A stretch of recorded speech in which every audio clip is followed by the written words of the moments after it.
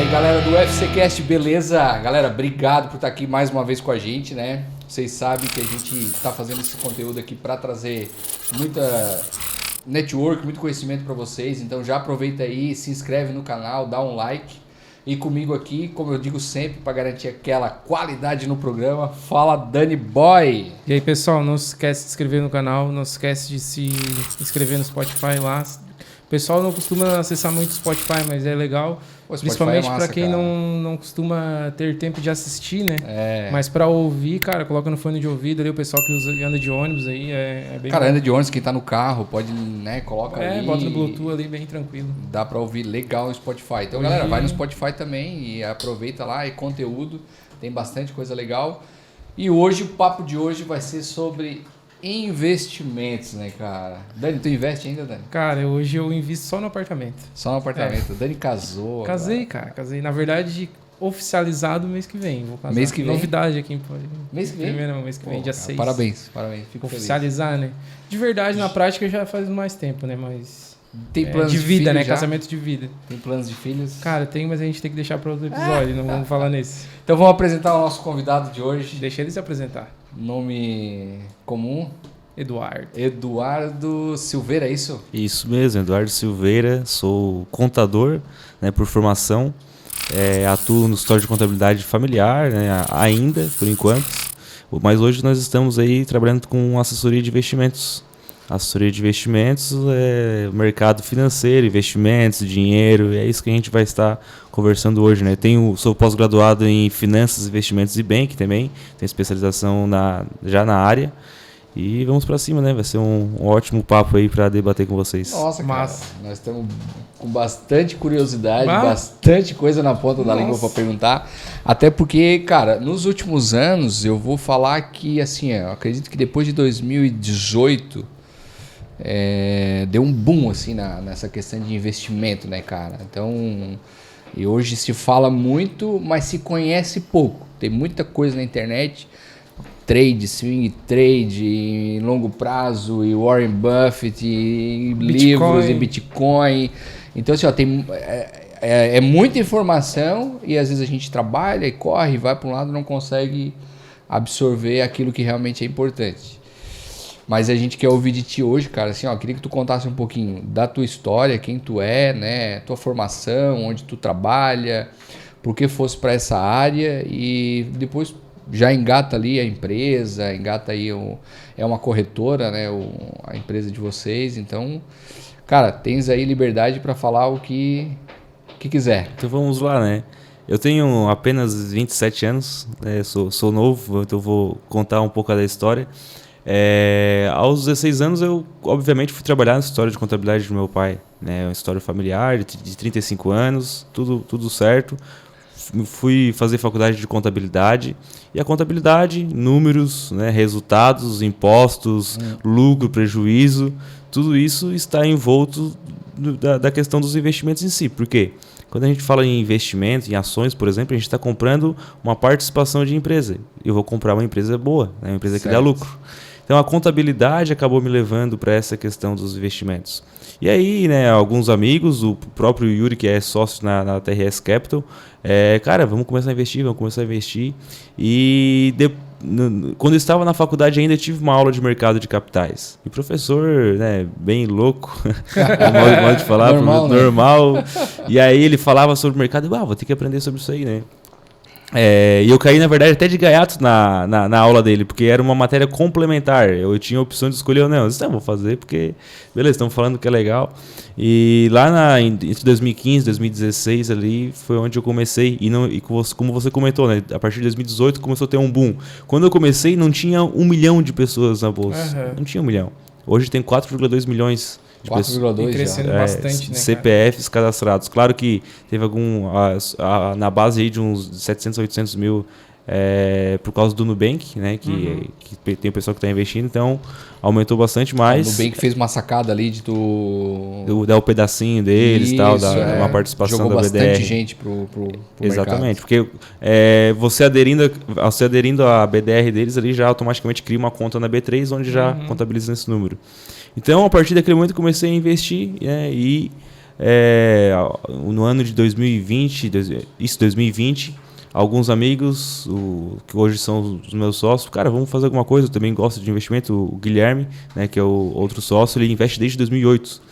Então, cara, vamos fazer alguma coisa nesse mercado. Nossa, 2008 chegou a dar até um arrepio. 2008 pegou forte. Ele é raiz, hein? Ele sabe, sabe passar pelo mercado períodos turbulentos. Pegou a crise dos Estados Unidos. Pegou a crise dos Estados Unidos, como é que era o nome daquela crise lá? Subprime.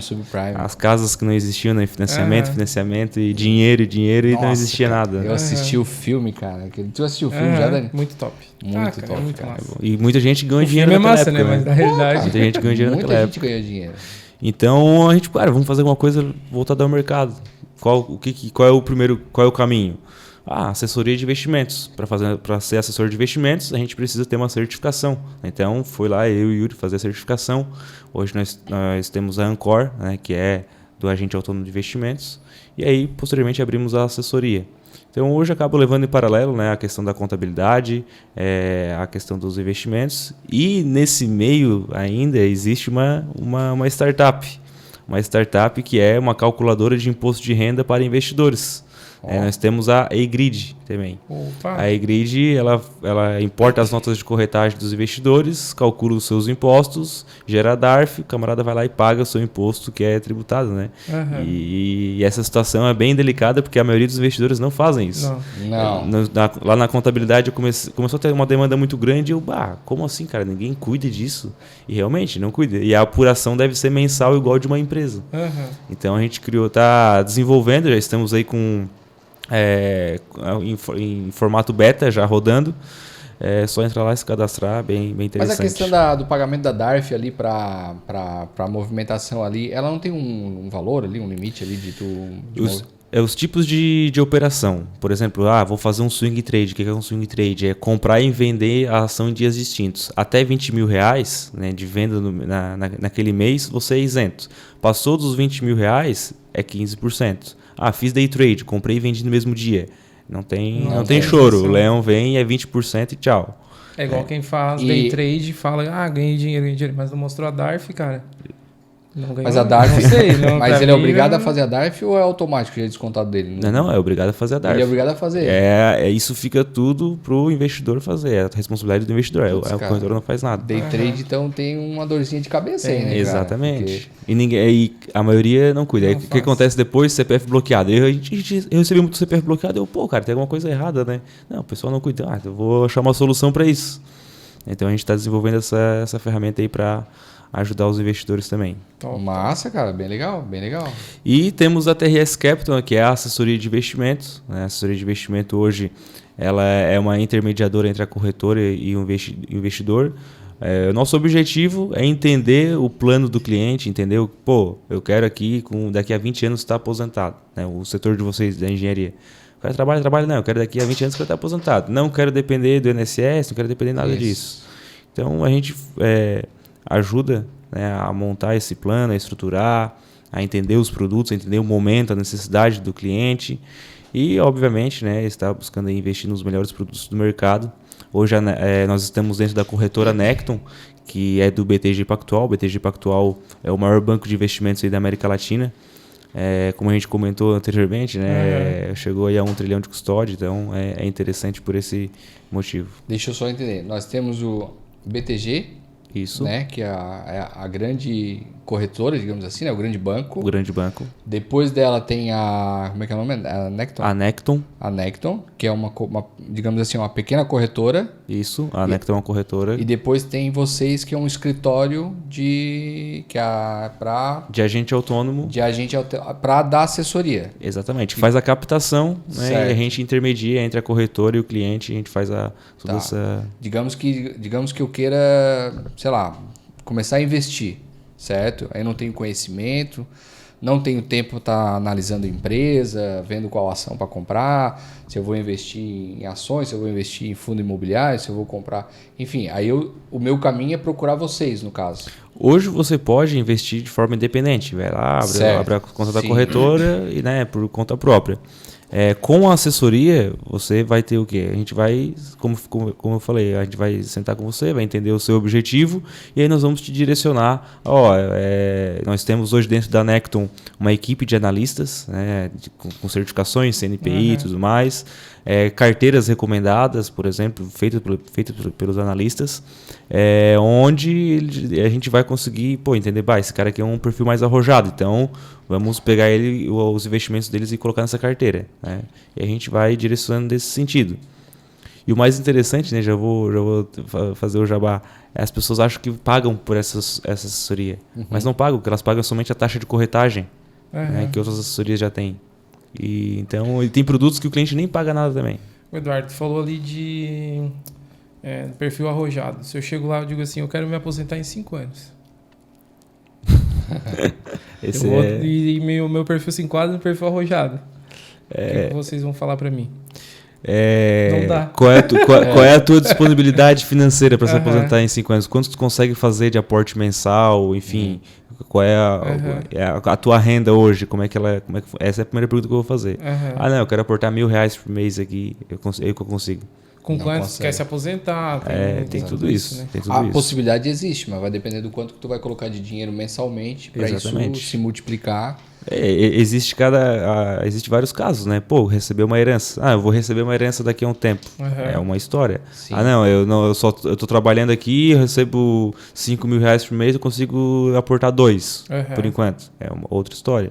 Então é algo bem personalizado, porque cada CPF é um CPF, né? Não tem como a gente fazer a mesma estratégia para vocês dois, por exemplo. Pode ser parecida? Pode ser. Mas cada um é bem personalizado. O Dedão, no caso, ele é mais rico, mais bem de vida, né? Então, daí... Que nada, cara. Que nada. O Dedão é uma pressão, cara. Cada episódio que eu fico aqui, tremendo.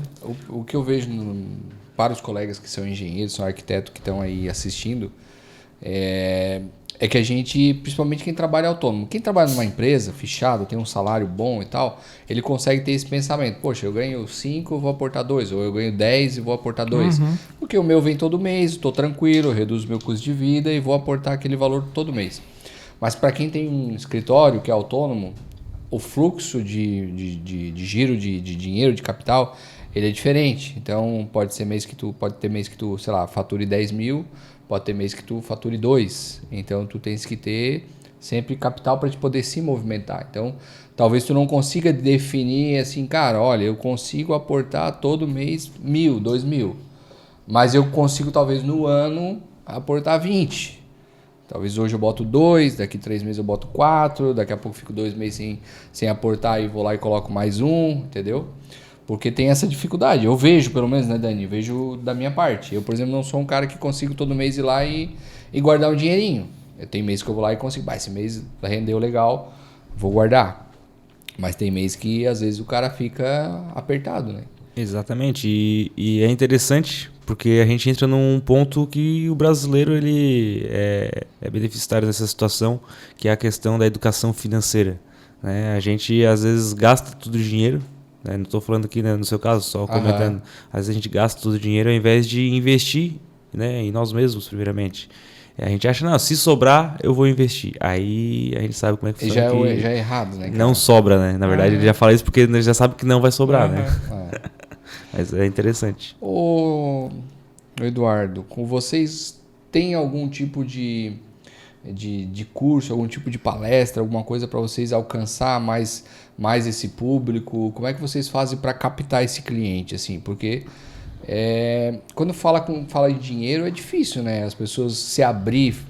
Claro que quem tem bastante, mas quem tem pouco, às vezes ele tem dificuldade de tomar coragem. Querendo ou não, dinheiro é suado, né? Colocar na mão de outra pessoa, assim, vocês têm alguma estratégia? Vocês têm algum... O nosso método de hoje de captação, a gente está realizando alguns workshops, né? Workshops agora que com a pandemia mais tranquila a gente está fazendo presencial. Temos curso online gravado, né? Onde a gente disponibiliza também para quem se interessa. Cara, eu quero aprender sobre ações. Tá, então primeiro não entendo nada. Então pega esse curso aqui, assiste lá, depois a gente conversa novamente. E o nosso método, na verdade, né, é bem tranquilo, onde não entendo nada e eu não quero fazer, tá? Às vezes o cliente, não quero fazer nada, só faz aí para mim. O que a gente determina? Todos os meses nós vamos ter uma reunião.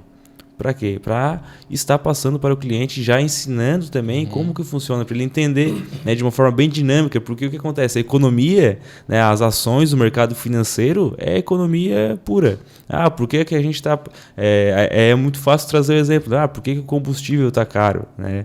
Porque abuso, meu Deus, não consigo mais andar de carro agora, não consigo mais fazer um churrasco no final de semana. Né? As pessoas falam isso, mas por quê? Porque está diretamente ligado, né, à questão econômica, inflação, demanda, oferta, e isso está tudo voltado para os investimentos. O juro está subindo, Eduardo, o que eu posso investir? Quem é que ganha dinheiro com o juro subindo? Então a gente tem que... Não é indicação, né? Só apenas comentando o cenário.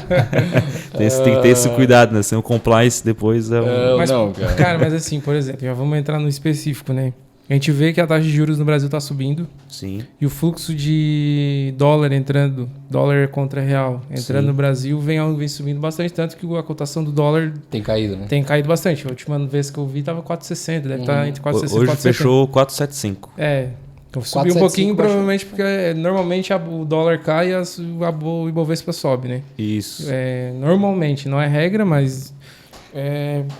Explica um pouquinho do porquê que o fluxo estrangeiro aumentou correlacionado à taxa de juros. Qual é a relação? Existe uma relação? Existe, está totalmente ligado. Então a gente vai voltar um pouquinho no tempo aí, né? Pré-pandemia. Pré-pandemia o mundo estava a todo vapor, né? PIB para cima, desenvolvimento, produção, etc. Tudo...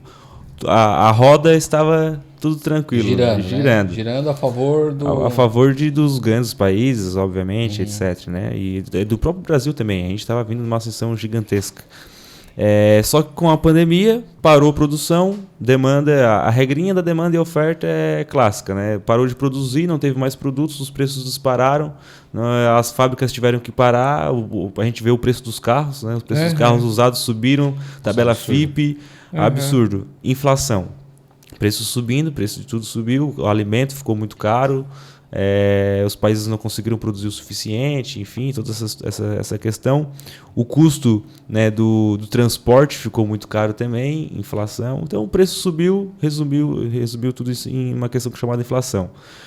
Vamos pegar Estados Unidos. Estados Unidos é um país de praticamente juros zero há bastante tempo. Por quê? Porque os Estados Unidos ele injeta muito dinheiro na economia, né? Eles têm um balanço bem inchado, e porque ele injeta muito dinheiro na economia para estimular. Diferente do Brasil, né? O Brasil ele oscila bastante, depende dessa questão do governo e tal, o risco que a gente corre aqui dentro, né? Isso tudo é um papo para um outro momento, mas os Estados Unidos, se viu, né, num momento um pouquinho mais delicado, porque o juro dele é praticamente zero, porque ele estimula muito a economia, como a gente comentou. E o mundo todo está nessa situação. A gente chegou com o nosso juro, a nossa taxa Selic em 2%. 2%. Né? Agora já estamos em 11,75%. O Brasil foi o mais agressivo em voltar a taxa Selic, porque senão não ia comportar, né? E os Estados Unidos ele está segurando ainda. Agora foi anunciado, foi desde o ano passado, já estão no lenga-lenga ali, vamos aumentar 0,25. Enrolado, né? Vamos aumentar 0,50. Não, vamos aumentar 0,25. Mas por quê? Porque é muito sério. Entre 2018 e 2019, o Banco Central americano ele reduziu um pouco os estímulos e o S&P 500, o S&P 500 é o índice das 500 maiores empresas dos Estados Unidos. O S&P 500 corrigiu junto. Então, alguma coisa vai acontecer no momento que o Banco Central começar a aumentar os juros. Né? Isso é só uma tese. E aí, agora, os Estados Unidos vai aumentar o juro. Eles vão reduzir um pouco os estímulos. É 0,25? É 0,50? É pouco para nós, né? Para a economia brasileira é pouco mesmo. Para eles lá, mas para eles mexe bastante. Então, o que começa a acontecer? O americano, mais de 50% da população americana investe em renda variável, em bolsa de valores, né? Em ações. E aí ele coloca a sua grana para o risco nesses momentos. Só que ele começa a perceber, tem alguém aí me pagando o triplo, enfim, né? Com um risco bem menor. Então, por exemplo, quem são as empresas que acabam sofrendo mais? As empresas de tecnologia nos Estados Unidos, porque as empresas de tecnologia, elas queimam bastante caixa, elas precisam de capital, né, para poder se reinventar, investir em pesquisa e desenvolvimento, enfim, a tecnologia acaba sendo muito caro. Então, o pessoal começa a tirar essa grana do risco e colocar para algo mais conservador, mais seguro. E onde é que, qual é o país que é emergente, né, que tem boas taxas de juros e que vai conseguir trazer uma boa rentabilidade? O Brasil. E aí o fluxo estrangeiro, até na sexta-feira passada aconteceu uma situação, a B3, né, a Bolsa de Valores, errou o cálculo do fluxo estrangeiro. Era o fluxo estrangeiro, eles estavam contabilizando na base dos 90 bi, mas na verdade hoje está na base dos 68 bi, né, do fluxo estrangeiro, por isso que o dólar está caindo. E aí tem a situação da guerra, não só o Covid, né, Rússia e Ucrânia, os bilionários aí tiraram o seu dinheiro também de lá, estão colocando no Brasil também. E isso faz com que dólar entra no Brasil e aí o preço do dólar aqui no Brasil tende a cair.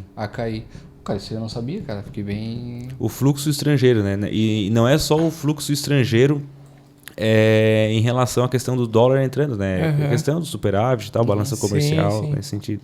Por que o nosso dólar estava muito alto, muito caro, né? Estava batendo na casa dos 6 ali.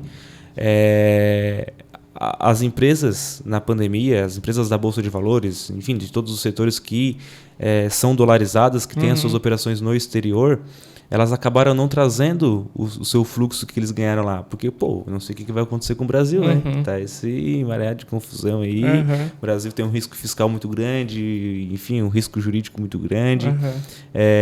Vamos deixar nosso dinheiro fora. Nosso dólar está subindo, vamos ganhar dinheiro assim. Então, o tiro saiu pela culatra, porque eles esperavam que o dólar baixasse. Só que não baixou porque essas empresas não trouxeram dinheiro de volta. Se eles tivessem... o dólar já era para estar na casa que está hoje, esses 4,50, 4,60, 4,75 aí, há bastante tempo. Só que o medo, né? O medo... Vou garantir aqui em dólar que é mais seguro. Daí quer dizer que o pessoal ficou com os investimentos ainda no exterior. Exatamente. E é onde demorou pro dólar recuar, digamos assim. Recuar. Cara, legal, né, cara? Muito top. Cara, falando em medo, o investidor que entrou na bolsa agora, normalmente ele não investe quando ele tá com medo. Normalmente ele... Sim. Não vou investir agora porque por nada isso aqui vai cair, cara. Vai cair mais. Quando a bolsa já tá... Vamos lá, nos patamares mais baixos. 100 mil pontos ali, como estava agora no ano passado. Estava batendo 100 mil pontos e ninguém estava comprando. Quando deveria comprar. E quando está subindo, que estava subindo nos últimos dias, e agora ela está dando uma correção, né? Não sei se vai continuar. Eu acredito que vai só parar num determinado nível ali, depois vai subir novamente, né? Não tem a minha opinião, minha visão de mercado, né? Que eu sou muito leigo, então nem levo, quem estiver ouvindo nem leva em consideração, né? Então, mas cara, o que tu tens a nos dizer aí quanto ao pessoal que tem medo? Porque assim, renda variável tem um risco alto, quem aplica o seu dinheiro ali quer um retorno, e normalmente o pessoal que vai compra quando está subindo. Na maioria das vezes o pessoal que vai compra quando está subindo. Isso é o comportamento, né? É um comportamento. É o FOMO. E os grandes fundos, os bancos, os grandes investidores, eles já sabem disso, já sabem o momento de agora que eles estão comprando, eu vou vender, vou derrubar a bolsa. Vamos lá. Não é simples assim, né? Mas acontece. Qual a tua dica para o pessoal que é iniciante? Eu estou dentro desse grupo. Qual é o momento mais adequado ou correto de entrar na bolsa? O que deve ser levado em consideração, né? O momento que a gente deve entrar é no caos, né? Quando o caos, meu Deus... Guerra na Rússia. Não, vou pegar março de 2020, né? Março de 2020 foi histórico, porque foi em fevereiro, tava a bolsa 120 mil pontos ali, tudo lindo, tudo certo. E aí foi onde a bolsa despencou em mais de 40%, por causa começou os primeiros casos de Covid no Brasil. Então foi histórico porque vários circuit break, né? Porque deu 6 num dia só. Foi porque no período, né? No período todo ali de março, a bolsa começou a cair muito, bateu lá. E isso faz o quê? O pânico, né? E é justamente nesse momento em que a gente deve entrar, porque a gente vai estar comprando bons ativos e as pessoas estão desesperadas. Só que é muito difícil. Porque tu está mexendo com o quê? Com o dinheiro. Né? E é o teu dinheiro que está ali. E aí o cara tá com 100 mil reais. Daqui a pouco tá com 60. Opa! Não é bem assim, né? Se eu não vender no 60, eu vou perder. E o problema é que depois para voltar aos 100 mil demora muito, né? Porque cai 50%, mas para subir depois recuperar 50%... Dá para se proteger numa situação dessa? Dá para se proteger. Existem operações, né, com opções, travas, que dá para se proteger e tu ganha também na queda. Mas só comentando a questão do comportamento, né? Eu digo, quer investir? Olha, 90% eu digo que é a questão do comportamento. Porque no momento que tu abre a tua telinha ali, abre o teu aplicativo no celular e tu vê o teu dinheiro derretendo, é nesse momento que a gente vai saber se é investidor de verdade ou não. E aí a gente consegue perceber nitidamente com essa questão dos Estados Unidos, o fluxo estrangeiro entrando. Quando começa a entrar o fluxo, as ações começam a subir, a demanda de cliente, quero comprar. Às vezes a empresa já subiu muito, já disparou, já deu valorizou 10%, já deu 15%. Cara, eu quero comprar, tá subindo. Aí a gente vê, não adiantou nada, tudo que a gente falou não adiantou nada. E aí as pessoas querem buscar acertar, né, o topo e o fundo, né? Comprar na baixa e vender na alta, querem acertar isso. Não funciona. Eu brinco, né? A lei de Murphy, o cara compra, ela sobe mais. Desculpa, o cara vende, ela sobe mais ainda. É sempre assim que acontece. Né? O cara compra, ela cai, ela sobe, acontece tudo. Acontece de tudo.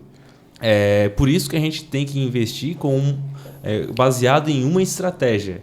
E a nossa estratégia, ela vai estar sempre aliada ao nosso comportamento.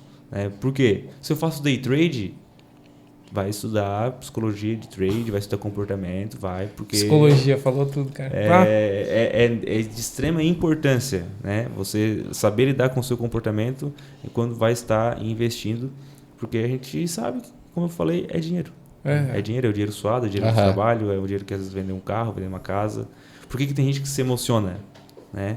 Porque acha que a bolsa é um cassino. E realmente, né? Eu fui ali, botei... sexta-feira passada teve uma empresa que subiu 10%. 10% é bastante coisa. Aí o camarada que foi lá e comprou no dia anterior, botou R$100. Outro dia, 10%? Meu Deus. E aí começa um jogo, né? E esse jogo não é nada saudável. Né? Porque você está jogando com a bolsa de valores, você está brincando com as ações, como se fosse ali o jogo de apostas, né? Os aplicativos que tem hoje. E você não está investindo. Né? Eu sempre digo isso. Daqui a pouco tu vira um torcedor de uma ação, né, cara? Exatamente. Tô comprando isso aqui porque tá subindo. E tem, né? Tem aí a turma que tem algumas camisetas, né? De algumas ações, né? E levam até dá para citar vários. Né? Torcendo. E isso é muito complicado, porque se você lida com a bolsa de valores como um jogo, como uma aposta, como um cassino, ela vai revidar da mesma forma com você. E aí vai perder dinheiro e vai sair dizendo assim, isso aí não funciona, isso aí é só para rico, isso aí não é para mim, só perdi dinheiro nesse negócio, o Eduardo lá me falou que era bom investir e só perdi dinheiro lá com eles, não investe lá com eles. É bem assim que funciona. Mas aí tem um grande detalhe, né? Quando é para algo estronoroso de 3% ao mês, 5% ao mês de pirâmide financeira, as pessoas entram, né? Se emocionam, né? Exatamente. Mas por quê? A ganância. Resultado rápido. Resultado rápido. Quem é que não quer ficar rico da noite pro dia? Todo mundo quer. Só que aí que estão as armadilhas. Né? Por que existe golpe ainda? Porque tem gente que quer ganhar dinheiro. Exatamente. E aí, do dia pra noite, não dá. Só pegar aí os maiores investidores da Bolsa Brasileira, cabelinho branco, senhorzinho. Os caras investem há mais de 20, 30 anos, né, cara? O famoso Barsi. O Barsi, Cara, eu acompanho assim alguns vídeos, né? Ele fala num deles, quando o Banco do Brasil, agora eu não me lembro mais qual é a cotação do Banco do Brasil, mas o Banco do Brasil caiu muito, assim.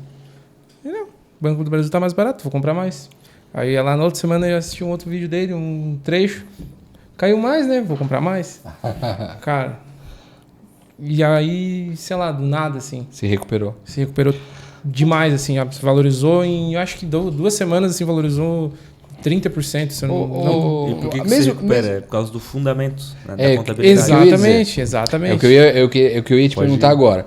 Porque assim, o cara que faz isso, né, primeiro, ele está comprando essa empresa há muito tempo, né? Provavelmente ele... Vou dar um exemplo aqui. O cara que todo mês compra R$500 de Banco do Brasil, né? Mas, além dele estar comprando há muito tempo, que ele consegue acompanhar a cotação, porque ele todo mês está comprando, então ele sabe que hoje está pagando 10, amanhã está pagando 11, amanhã está pagando 12, mas ele conhece o fundamento daquela empresa, né? Ele sabe quanto que aquela empresa lucra, ela sabe os objetivos daquela empresa. É muito difícil da gente ter essas informações e aprender isso, assim, porque...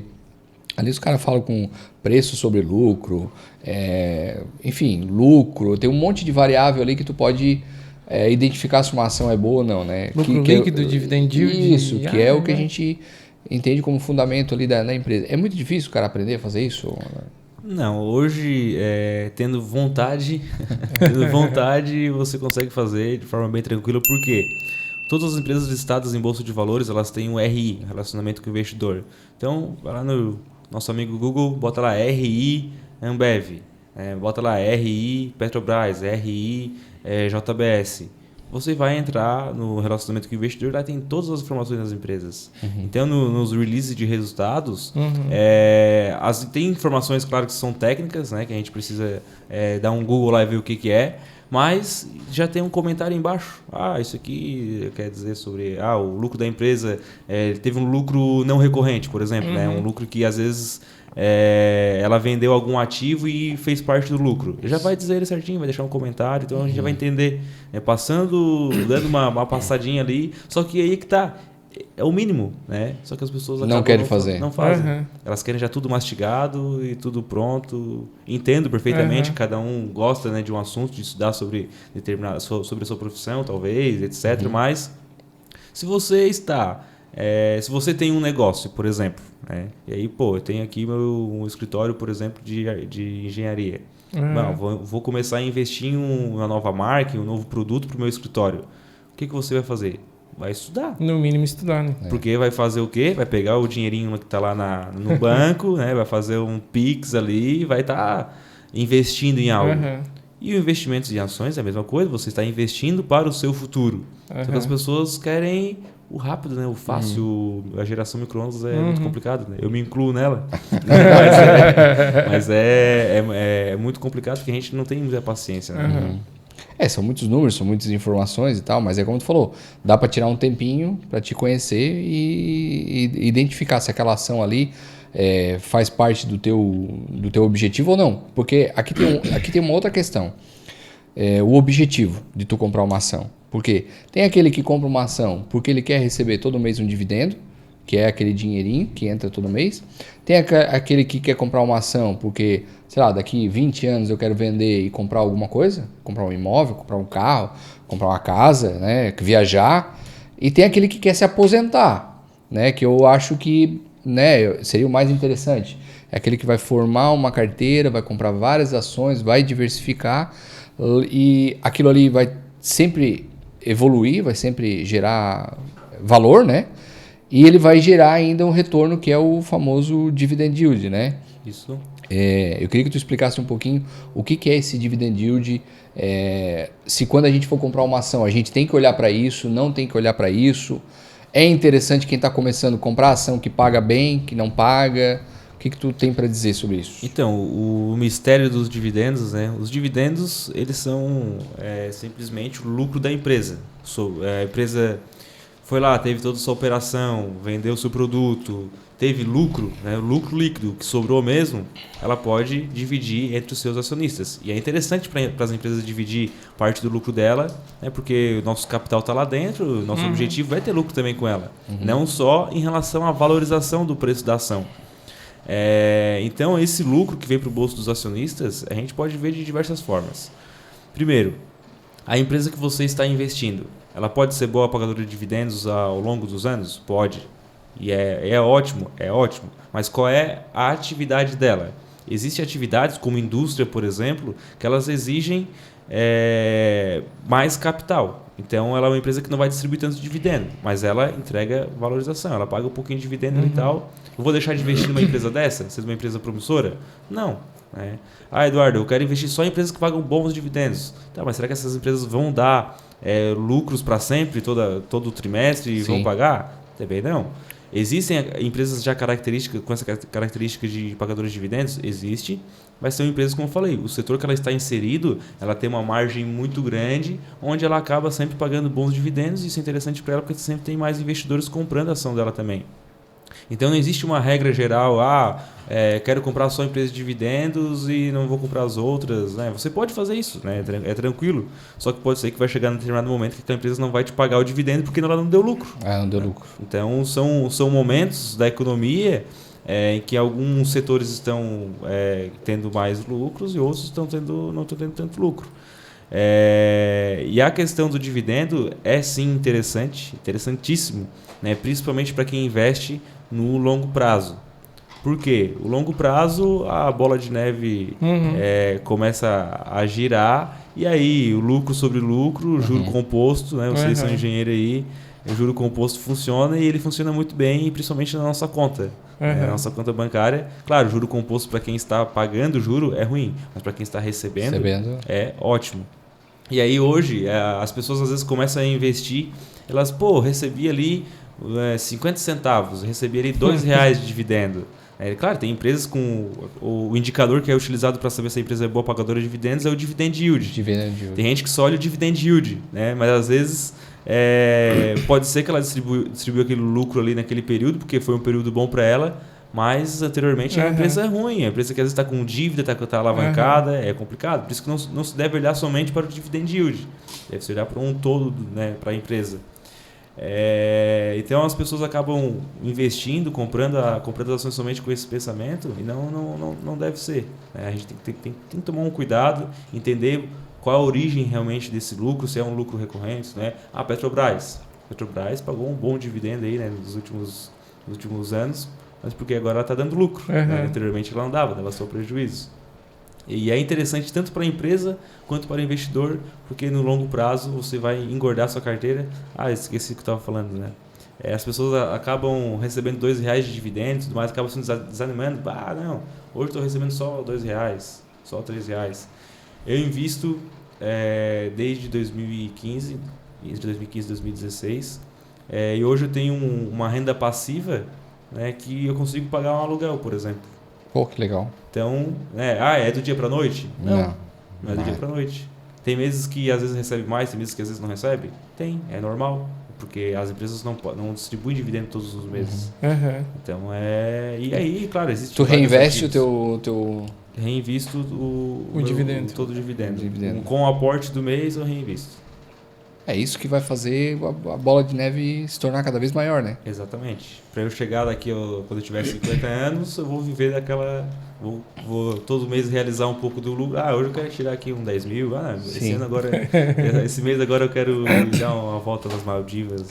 Tirar 20 mil aqui. Show de bola. Tá, e o que tu fala, já que tu falou que é uma boa opção para quem está começando, procurar entender o que é o dividend yield e comprar ações que pagam dividend yield, né? Desde que sejam recorrentes, né? Que tu analise a empresa e veja que a empresa realmente vai se manter pagando esse dividend yield, né? O que tu fala também de fundos imobiliários? Querendo ou não, faz parte da B3 também, é um outro segmento, mas é praticamente ação, tá comprando, tá recebendo. E assim, né? O Eduardo comentou ali que a gente teria que avaliar os outros fundamentos, né? Eu acho que os fundamentos dos fundos imobiliários são diferentes dos fundamentos das empresas, né? Exatamente. Eu acho que é importante, coloca sobre a situação também, porque o pessoal vai olhar dividendo yield do fundo imobiliário. Esse aqui tá melhor do que o... Eu caí numa dessas. Tá melhor porque tá maior. Ai, cara. Fui seco no dividend yield, coisa linda. Aqui vai pagar um monte. Vai pagar aqui 1%, né? Meu Deus do céu. É diferente, né, a questão do fundamento, porque a empresa ela tem toda uma operação, ela vende um produto, etc. O fundo imobiliário é diferente. O fundo imobiliário, ou pegar um fundo... Existem várias categorias de fundo imobiliário. Eu vou pegar aqui um exemplo de fundo imobiliário de tijolo, que a gente fala, né? O fundo imobiliário de tijolo, ele existe uma estrutura. Então, por exemplo, o shopping. Vai ter uma reunião de investidores que compram cotas daquele fundo ali e eles são donos daquele shopping. Conforme os inquilinos pagam seus aluguéis, eles, né, vão distribuir parte. E é interessante porque o fundo imobiliário ele tem por lei distribuir 95% do seu lucro líquido. Tem 95% de payout. Ele precisa distribuir isso, não pode ficar com essa grana. E por isso que os fundos imobiliários pagam como se fosse um aluguel mensal, certo? Como que eu devo olhar, né, um fundamento de um fundo imobiliário? O que eu devo observar? Existem várias situações, né, que devem ser observadas e basicamente a mesma quando você vai comprar um imóvel comercial. Pô, será que o ponto é bom? Será que as lojas que estão aqui dentro? Enfim, estou falando de um fundo imobiliário de shopping, mas existem vários outros. Por exemplo, um dos que eu gosto bastante é de logística, né? Logística tem crescido bastante no Brasil. Em vários pontos aí tem esses fundos imobiliários, que são vários galpões logísticos, que as empresas vão lá, alugam e pagam o seu aluguel mensal para esse fundo, né? E aí tem um gestor, né, do fundo, tem uma empresa responsável por gerir toda essa situação e fazer as melhorias, enfim, reformas, etc. E aí com esse aluguel que é pago mensal, o investidor ele vai receber com base, né, na sua proporção da sua cota, vai receber ali um aluguel todo mês caindo na conta. Hoje os fundos imobiliários, eles acabaram... Por que os fundos imobiliários deram um boom? Porque o nosso juro caiu, desabou, né? Foi ali a 2%. E as pessoas, pô, meu dinheiro na poupança aqui tá negativo. Se for realmente tirar a taxa real, estava negativa mesmo. Então as pessoas migraram muito, foram obrigadas a tomar mais risco. É isso que funciona na economia, né? Baixa o juro, as pessoas, pô, meu dinheiro não está rendendo, o que eu tenho que fazer? Tenho que tomar mais risco. Tomando mais risco, o dinheiro vai para um fundo imobiliário, vai para as ações e o dinheiro começa a girar. Essa era uma das principais funções, né, de baixar o juro, né? Dinheiro rodando na economia. Era uma das estratégias do governo, era baixar justamente para o dinheiro girar, né? Sair dos bancos, onde estava lá em poupança, em renda fixa e ir para as empresas. Para gerar emprego, PIB, etc. Então, as pessoas compraram muitos fundos imobiliários. Que legal isso aqui, né? Me paga um aluguel. Tava pagando 0,9 ao mês, 0,8 ao mês. Pô, ótimo, tá ótimo isso aqui. Só que o fundo imobiliário ele também oscila o preço da sua cota, né? O preço, vou comprar um fundo imobiliário hoje é R$100, amanhã ele pode estar 98. Mas independente da oscilação do preço do fundo imobiliário, ele vai me pagar o dividendo no mês que vem, o proventos, né? Desculpa. E aí a gente precisa analisar, né, em que contexto está inserido esse fundo imobiliário, precisa estudar realmente. Existem vários sites, tanto para ações quanto para fundos imobiliários, que divulgam os relatórios dos fundos. E é legal, porque o de fundo imobiliário, às vezes tu pega um de galpão logístico, por exemplo, tu vai ver o relatório do mês deles, tem lá as reformas que eles fizeram, tem as fotos, tem tudo. Tudo que você... o fundo imobiliário ele fez uma nova aquisição, está construindo um novo pavilhão. Vai ter a foto lá, então a gente acaba se inteirando, né, e sabendo também avaliar se faz sentido ou não. Não dá para olhar só o dividendo porque pode ser algo não recorrente, né? Aí a gente cai numa furada aí. É isso aí, né, Dedão? Não, agora eu já aprendi, né, cara? Pegou, agora a mensagem chegou tarde demais, mas e existem vários outros tipos de fundos imobiliários. Eu falei aqui do tijolo, existem fundos de papel, né, que investem em outros fundo tipos de cemitério. Cemitério agora estão criando, né? Eu vi uma vez, cara. Yards, não sei o que lá. Mas tu ainda acha que é um bom investimento para quem quer começar, quer se arriscar na renda variável e não quer talvez fazer tantos estudos como de uma empresa, né? Tu acha que ainda vale a pena? Porque eu vejo que os fundos imobiliários falando hoje, né? Estamos aqui em 2022, né? Não sei quando o pessoal está assistindo, mas deu uma queda. O IFIX caiu bastante, né? Que é o que mede ali. E a maioria dos fundos imobiliários, eles... Comparado, acho que há 1 ano, 2 atrás, eles deram uma recuada no preço, né? Eles justamente recuaram o preço porque os juros começou a aumentar e aquilo que está acontecendo nos Estados Unidos. Não vou deixar meu dinheiro nesse risco aqui, né? Vou minimizar meu risco. Só que é uma forma equivocada de investir. Porque se eu estou investindo em um ativo como um fundo imobiliário, eu tenho que ter na minha mente que é para o longo prazo. Não adianta. Eduardo, tu investe em fundo imobiliário? Invisto. Tá, tu investe em renda fixa? Invisto também. Então, eu divido o meu capital em algumas frações, né? Que eu sei que, essa porcentagem aqui eu tô tranquilo, tô dormindo de noite. Agora não, as pessoas elas querem 8,80. Não, vou pegar tudo que eu tinha da poupança, vou botar lá em fundo imobiliário. Agora eu vou tirar tudo. E justamente por esse movimento... E às vezes bota só num, né, cara? Nem diversifica os fundos, né? Escolhe risco, lá, acaso e compra, porque viu no YouTube, né? Eu olhei lá, aquele cara falou que tava legal, vou comprar. Aí complica, né? Aí o juro começou a subir, pô, vou voltar para um LCI, para um LCA, para um CDB que vai voltar mais tranquilo. E aí, agora eu faço pergunta para vocês, né? É interessante eu comprar quando? Comprar quando estava o preço lá em cima ou comprar agora que o preço está bem embaixo, está caindo? Principalmente os fundos imobiliários de shoppings, né? Que foram prejudicados por causa da pandemia. Cara, se eu tivesse dinheiro, eu investiria agora. Eu também, cara. Eu também. Eu, na verdade, a minha carteira, ela é bem recheada de fundos imobiliários, né? Eu tinha mais ações, mas eu acabei aproveitando umas que renderam bastante, acabei me desfazendo. E tô com bastante fundo imobiliário. E eu gosto de fundo imobiliário. E eu vejo o contrário, assim. Posso até estar fazendo... Porque eu vejo que o que acontece? O mercado está voltando a normalizar, né? A pandemia está acabando, então... shopping vai começar a voltar a ter mais movimento, logística vai começar a ter mais fluxo, então eu acredito que o fundo imobiliário ele vai daqui a pouco voltar àquele patamar que estava 2, 3 anos atrás. Então o momento seria comprar, eu vejo assim, né? Exatamente, e apesar, né, de às vezes você estar com a sua cota desvalorizada, ou seja, se eu vender, né, eu vou tomar aquele prejuízo, está recebendo o teu rendimento mensal lá, né? Não está entrando?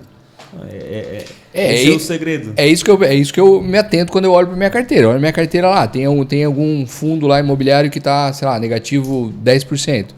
Beleza, mas o rendimento está entrando todo mês, né? E ao longo prazo, como é o meu objetivo, ela tende a voltar ao patamar que estava antes e eu continuo recebendo meu provento todo mês. Para quem quer iniciar no mercado de renda variável, o fundo imobiliário é bem interessante, porque a volatilidade, né, dos preços é bem menor do que das ações. Então vai, compra uma cota de um fundo imobiliário X e deixa lá e vê como é que é a tua reação durante um mês, por exemplo. Paradão, né? É bem tranquilo, né? Ele oscila um pouco menos, digamos assim, né, comparado ao... Tem uma menor liquidez e tal, né? Mas é um mercado que vem crescendo bastante, né? É uma opção. Eu, por exemplo, né, o meu pai é um cara de 60 anos, então ele investe em imóveis, terrenos, etc. Porque quem compra a terra, né, nunca erra. Aquela história. Entendo isso perfeitamente, precisa ter essa diversificação. Mas hoje, eu adquiri um imóvel de R$500 mil, por exemplo, em Araranguá, pegar meu capital, botar lá. Cara, é muito complicado, porque eu não vou conseguir receber um aluguel que um fundo imobiliário me paga. Sabe? E liquidez também, né? Engraçado que assim, falta um pouquinho de conhecimento mesmo, né? Porque tu pega R$500 mil, tu vai lá e compra uma casa, certo? Aí tu vai dizer assim, pô, eu vou alugar ela e vou ter um rendimento ali de, sei lá, R$1.000 por mês, se for uma baita de uma casa, né? Mas se tu pegar esses mesmos R$500 mil e colocar em fundos imobiliários diversificados, sei lá, 50 mil para cada um ou 20 mil para cada um, talvez tu tenha até mais do que aqueles R$1.000 de aluguel que tu teria numa casa só, e o teu risco ele tá muito mais diversificado, né? Porque aquela casa lá, se chegar a pegar fogo na casa, lá, se for teus R$500 mil, cara, né? Se chega a acontecer um acidente, você tem que fazer reforma, você tem que fazer... então o risco é muito maior, né? Tu coloca todos os teus ovos numa cesta só, né? Então diversificar, colocar no fundo imobiliário, eu acho bem mais interessante. Porque que hoje a gente tem uma dificuldade, né, em relação às pessoas compreenderem isso, porque não é palpável, né? Não é visível. Eu digo, abre o relatório lá, vai lá, entra no site e tal, abre o relatório e ela se não vê existe. O galpão, vê o que está sendo... Isso é um problema ainda, digamos assim, porque, claro, nós estamos com uma outra geração, né, cara, que consegue ver ali número, consegue entender uma conta digital, consegue... Mas, por exemplo, meu pai não tem coragem de ter conta digital. Para ele ainda tem que ter aquele banco lá físico, tem que ir lá conversar com o gerente, tem que ir lá ver se, entendeu? Porque ele ainda tem esse receio. Mas é um medo ainda? Tu acredita assim que o pessoal não investe porque, sei lá, não sabe para onde está indo o dinheiro, não entende o que está acontecendo, tem medo? Porque é uma coisa... A gente falou aqui, né? Pegar R$500 mil e colocar numa carteira diversificada. Eu faria, o Dani faria. Mas tem muita gente que não faria, né, cara? Nem a pau. Eu botar meu dinheiro numa corretora, não sei nem o que é isso. Isso existe, a gente lida com essa situação todos os dias. Todo dia? Ah, eu imagino, cara. Eu imagino. Mas isso vem, né, da falta de educação financeira. Né? A gente, agora que foi aprovado o MEC, agora que vai ter na grade curricular a educação financeira nas escolas. Então, a gente está em 2022, né? Tá. Então é complicado. Então a gente sabe que deveria, né, existir essa educação desde criança, a gente entender, né, realmente as possibilidades que existem. Né, tanto eu vejo que até o principal é como a gente lidar realmente com o nosso orçamento. Principalmente lidar com as contas, lidar com... o brasileiro ele é um dos mais endividados aí, né? A gente sabe que compra sempre para 10 vezes, compra para Serasa, né? Serasa no Brasil é o país que existe, né? O predatado, que existe o cartão de crédito, né? Parcelar, o carnê, né? Eu sou novo, mas sou da época do carnê. Não, mas cara, eu lembro que quando eu também. Vou dar um exemplo de novo, mas Dani vai rir. O Dedão vai falar que ele é de uma época mais... eu sou de uma época de nota promissória, né? Então, mas eu lembro que quando eu fui morar na Itália, vou dar um exemplo não. Vamos encerrar o episódio, tá, pessoal? E lá eu me surpreendi porque, cara, não tem esse negócio de comprar parcelado. Não existia. Brasileiro que inventou. Entendeu? Ir lá na loja comprar em 5 vezes, 10 vezes. Cara, lá tu paga e sai com o teu produto, né? Era assim, não sei se... Acredito que seja assim ainda hoje. Estados Unidos, cara. Estados Unidos, eu vejo... Hoje, talvez já tenha muito tempo e a gente não conseguia perceber. Mas hoje eu consigo ver nas séries, nos seriados... que o pessoal fala em ações há muito tempo. Os caras investem desde quando tinha 18 anos, 20 anos de idade. Os pais já incentivam. Já incentivam, verdade, entendeu? É verdade. Eu lembro... Bom, tu tem um seriado que a gente gosta a gente gosta em comum, que é o The Big Bang Theory, certo? Lá no episódio 5, se eu não me engano, o Howard fala... Ele quer sair com uma guria lá e tal, bem bonitona. Liga pra mãe dele, se não me engano. Vende minhas ações que eu preciso sair hoje à noite. Tipo assim, na época talvez passou despercebido, mas tu para pra pensar, cara, isso já é normal pra eles. Ter ações, ter investimento, ter dinheiro na bolsa, né, cara? Daí eu vou pegar um gancho que tem uma série, eu não sei se ela já acabou, mas eu comecei e eu não terminei ainda, Billions. Já assisti essa aí. Qual é a série? Billions. É uma série que fala da parte maldosa do mercado, vamos dizer assim, né? O que tu tem a dizer dessa parte, cara? Por que acontece na série? O cara tem uma informação privilegiada, porque o fulano foi lá no meio do governo, encheu os pauzinhos dele. Não, vamos lá quebrar o oleoduto. Vamos lá, quebra o oleoduto lá, que aí as ações da empresa tal vai cair. Vai cair. Aí todos os 3 escritórios lá entram vendidos, fica bilionário. Daí ele ficou bilionário, acho que se eu não me engano, ele ficou bilionário por causa do 11 de setembro, né? Na série, algo desse tipo. Exatamente. Ele aproveitou, ele entrou vendido lá no negócio e ficou bilionário. Então, fala um pouco dessa parte. Como é que funciona? O que tu entende? O que acontece? É verdade o que acontece ali? Tem parte daquilo lá que é verdade? Como é que que... Vamos trazer tu também tá no meio desse negócio aí? Se tiver, não quer se tu tiver algumas informações aí privilegiadas, passa pra nós. Hein? Todo mundo quer, né? É bem isso aí mesmo. E Brasil, vamos falar de Brasil então, já trazendo a referência da série. A questão da informação privilegiada, obviamente que ela existe, né? Porque se eu sou um CEO de tal empresa, se eu sou um diretor, se eu sou do setor financeiro, enfim, eu sei o que está rolando ali. E claro, existe uma fiscalização e uma regulamentação muito forte da CVM. Né? Até o último caso que aconteceu no Brasil foi com um ex-presidente aí da CEO da Petrobras, que a ação estava lá nos 28, ele entrou vendido total, né, na conta da sua parentesca ali. E aí, obviamente, a CVM descobriu, mas ele fez vários milhões. Isso aconteceu o ano passado, quando a Petrobras chegou ali à casa dos R$21. Eu acho que foi anunciado que ele ia sair na sexta-feira, ele vai sair, não vai sair, não sei o quê. Aí no final de semana, eu acho que ele saiu, na segunda-feira, despencou a ação da Petrobras. O que aconteceu? Ele estava vendido em opções ainda, alavancado, né? E aí, então, o que acontece? Existe sim informação privilegiada. Será que ele falou para alguém? Alguém com certeza às vezes ficou sabendo. Se ele fez isso, ele ganhou um dinheiro dele também. E, obviamente, existe fiscalização, existe a CVM, o cara provavelmente está sendo multado, até saiu notícia depois e tal. Mas é muito complicado, né? Como é que tu vai segurar isso? E aí o mercado de ações ele se movimenta e os grandes, né, acabam às vezes tendo algumas informações que a gente não tem. Os grandes players. Os grandes players do mercado e... Paulo Guedes, né, cara? Imagina o Paulo Guedes.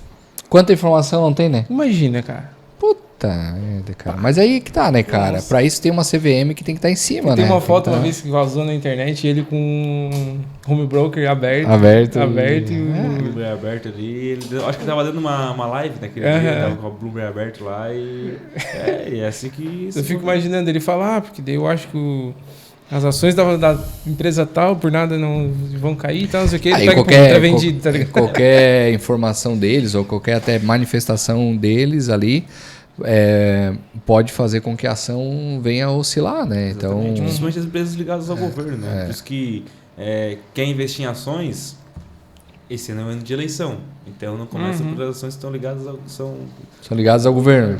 É complicado. A volatilidade sobe bastante. Tipo, se tu entende o fundamento, vai esperar a longo prazo, talvez não seja problema. Mas se tu não tens estômago, né, cara, sabe que uma ação que tá de uma empresa ligada ao governo, ela pode, numa mudança de governo, ela pode cair, pode subir, pode... fala do presidente... Pode acontecer qualquer coisa. Isso aí vai sempre interferir, então tem que estar bem ciente, né? Bem ciente que o que alguém falar sobre aquela empresa, enfim, essa questão agora da Petrobras em relação vamos mexer no preço da gasolina. Cara, a Petrobras é uma empresa. Uma empresa ela precisa dar lucro, ela precisa, né, gerar a sua atividade, ela tem uma margem. Beleza, Eduardo, a gente manda o petróleo para fora, faz a refinagem ali, traz para o Brasil. Beleza, a gente poderia ter a refinaria aqui? Enfim, né? Foi jogado muito dinheiro fora, investido em muitas coisas fora, que poderia ter sido feito isso. Só que imagina, vou congelar o preço do combustível. Né? Uma empresa. Se eu vou congelar o preço do combustível, se hoje eu tenho, por exemplo, o meu custo é 100, né? O meu custo é 100 e eu vou vender a 50, não dá. Não funciona assim, vou ter prejuízo e vou quebrar. Se vocês hoje têm um valor X de serviço e vender abaixo daquilo ali, aí sabe que não paga as contas. Não paga as contas. E aí? E para pagar as contas eu vou ter que trazer dinheiro de outro lugar. Então, assim, como tu falou, vai congelar o preço da gasolina, vai vender abaixo do custo, o dinheiro para cobrir aquilo ali vai ter que vir de outro lugar. Vai vir da onde? Vai vir da educação, vai vir da saúde, vai vir...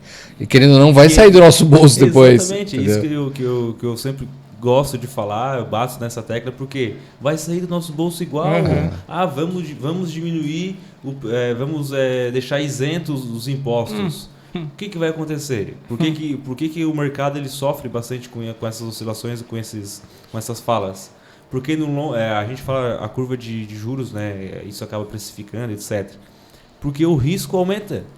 A conta alguém vai pagar a conta. E quem é que paga a conta? O brasileiro. Não, porque o povo está sofrendo por causa disso, o povo está sofrendo por causa daquilo, não consegue mais o combustível. Agora, estamos entrando em outro assunto, mais ligado aos investimentos, né? Agora o que vocês mais vão ver é o pessoal fazendo campanha falando, porque a inflação subiu demais, o povo não consegue mais, né, ir no mercado, porque não consegue mais o combustível. Cara, isso aí é reflexo do mundo, está acontecendo no mundo inteiro, é reflexo de uma pandemia, é reflexo de uma guerra na Rússia e da Ucrânia, é reflexo de várias coisas, mas que está acontecendo no mundo inteiro. O governo ele colocar a mão, a gente vê o nosso vizinho, a Argentina. O governo colocou a mão, o que aconteceu? Disparou, uma das maiores inflações do mundo, né? O governo não consegue mais controlar e isso... O dinheiro perdeu valor, né? O dinheiro perdeu valor, acabou. Então, tomara que eles consigam... A Argentina é uma potência, né? Grande exportador de carnes e tudo mais. Só que colocou a mão, quem é que vai pagar a conta é o povo. Tudo vai sair do nosso bolso. Vai diminuir impostos. Que legal diminuir impostos, né? Eles vão ter que tirar.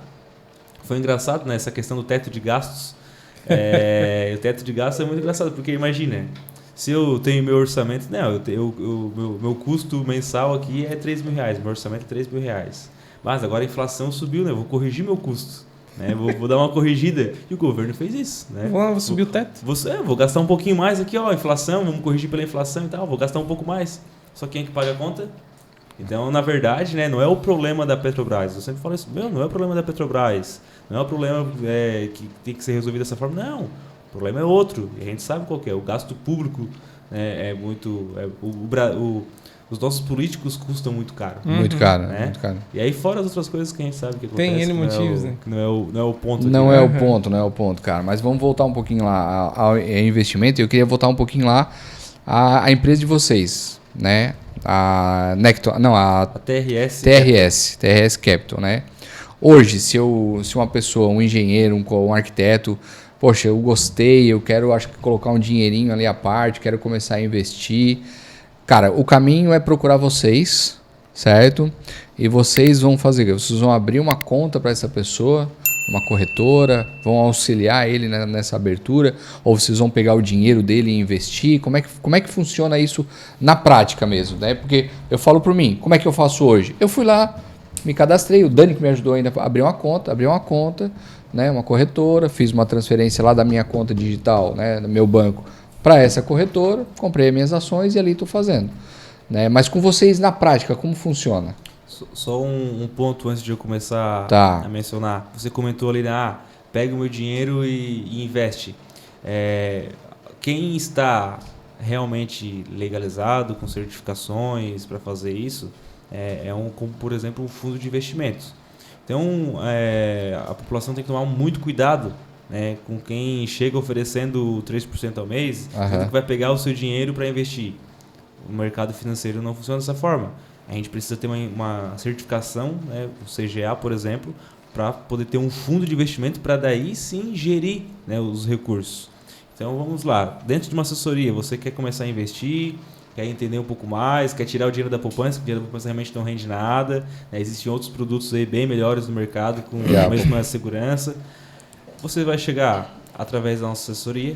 Ô Eduardo, quero abrir uma conta aí, quero ver como é que funciona. A gente vai abrir uma conta igual uma conta num banco digital. Você vai ter um aplicativo, vai ter uma conta no seu nome, no seu CPF. Você só vai poder transferir do seu CPF para aquela conta ali, outra pessoa não consegue transferir para ela, e você só vai poder sacar esse dinheiro para uma conta que você... uma conta sua que vai ser cadastrada no momento da abertura da conta. Não vai poder sacar para nenhuma outra conta. Beleza. E quem vai ter acesso vai ser só essa pessoa. Só essa pessoa. A não ser que ela passe a senha, né? Mas só ela vai ter acesso à conta. Vamos entender o perfil do cliente. O cliente, qual é o teu objetivo? Eu tenho aqui 50 mil reais e eu quero viver de renda daqui a 10 anos. O que a gente pode fazer? Meu perfil é conservador. Nós iremos buscar os melhores produtos que tem hoje no mercado, como o perfil dele é conservador, de renda fixa. Vamos buscar algo voltado à renda fixa, E, enfim, né, a gama de produtos é muito grande. Então a gente vai entender o perfil dele e vai estar passando. Mas vocês vão criar o fundo?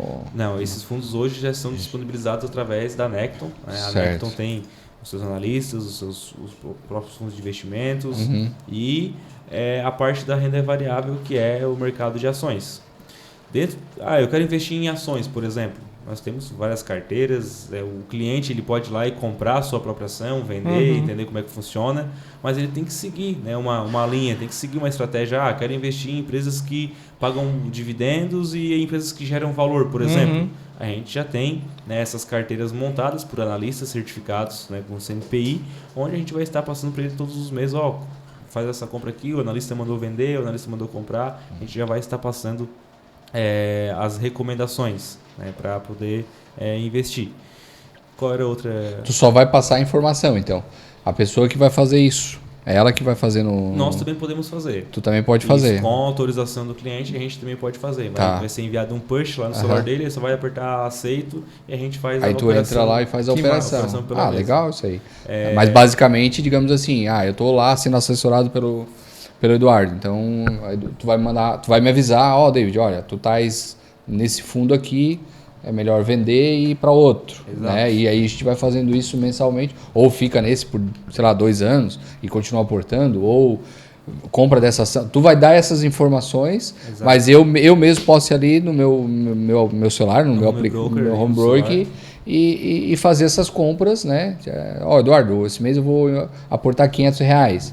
Aí tu vai dizer, David, compra disso, compra daquilo, isso aqui tá legal, isso aqui não tá legal. Esse é o trabalho de vocês. Esse é o nosso trabalho. O nosso trabalho é cuidar da carteira do cliente, entender, Agora o cenário, com a questão do risco político, as empresas ligadas ao governo vão talvez ter uma correção.